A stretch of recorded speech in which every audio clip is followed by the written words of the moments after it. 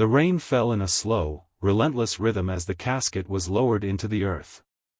Thunder rolled in the distance, echoing the grief in Daniel's chest.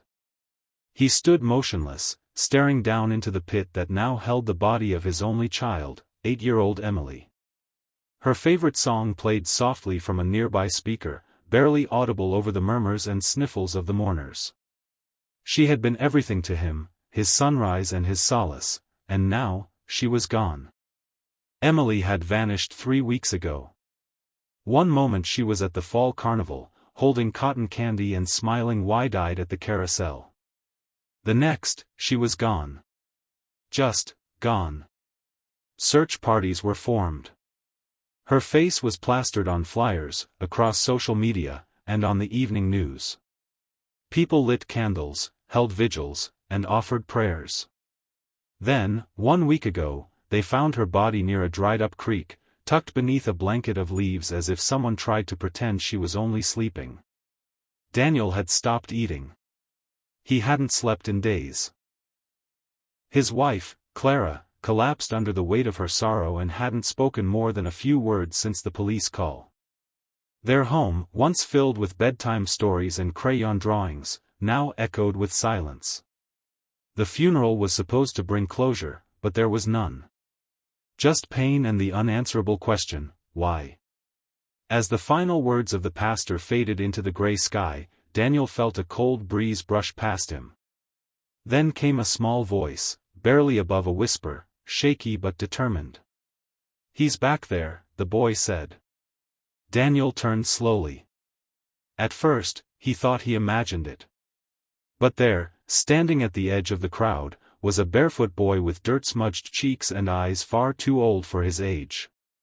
His clothes were torn, and his thin frame looked like it hadn't known warmth in weeks. He couldn't have been more than 10. People noticed him now, whispering about a street kid crashing a funeral. But Daniel didn't move. Something in the boy's eyes, something raw and terrified, held him still. "I saw him," the boy continued. "The man who took your daughter. He's here. Right now." For a moment, Daniel felt dizzy. The world spun as emotions clashed, grief, rage, disbelief. He forced his voice out. "What do you mean?" he asked, stepping toward the boy. "Where?" The boy raised a trembling finger and pointed toward the back of the cemetery, where a man stood apart from the others, leaning slightly on a cane. He wore a long, dark coat, and a wide-brimmed hat obscured his face. The second Daniel saw him, something deep inside stirred, a flicker of recognition. Not from the funeral. From the carnival. That night. Daniel remembered. The man had helped Emily off the carousel. He gave her a stuffed bear, saying she'd won it fair and square, though she hadn't played any game. Daniel had brushed it off as kindness. But now, it felt like a knife twisting in his chest. "Hey!" Daniel shouted, pushing past the mourners. The man turned, and ran. What followed was chaos.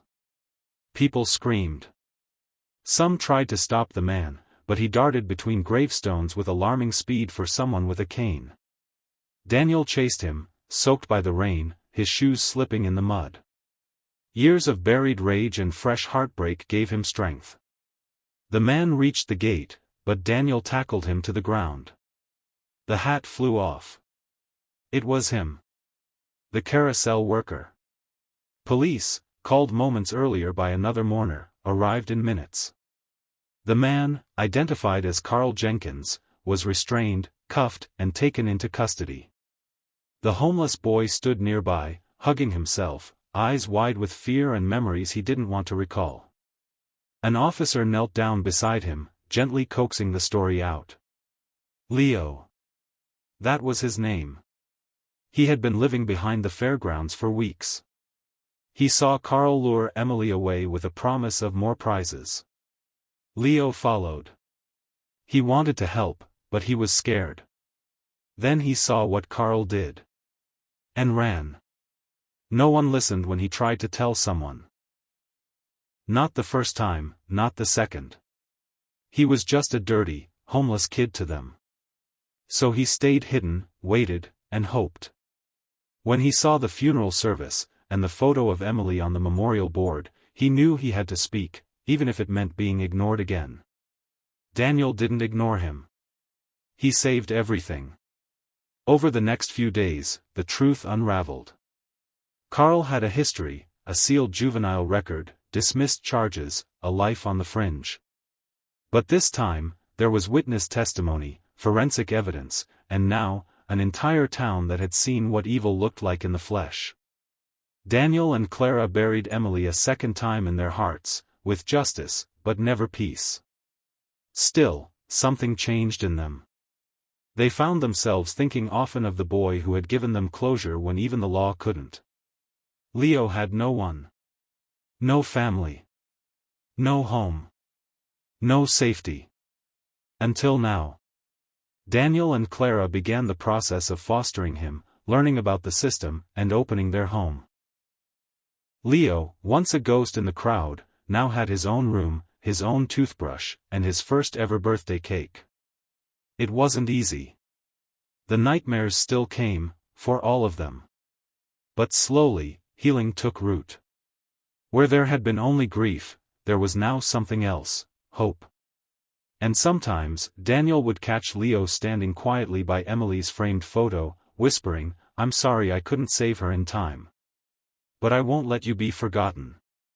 Daniel always answered the same way, his hand on the boy's shoulder. "You didn't fail her, Leo. You saved us all." Final message.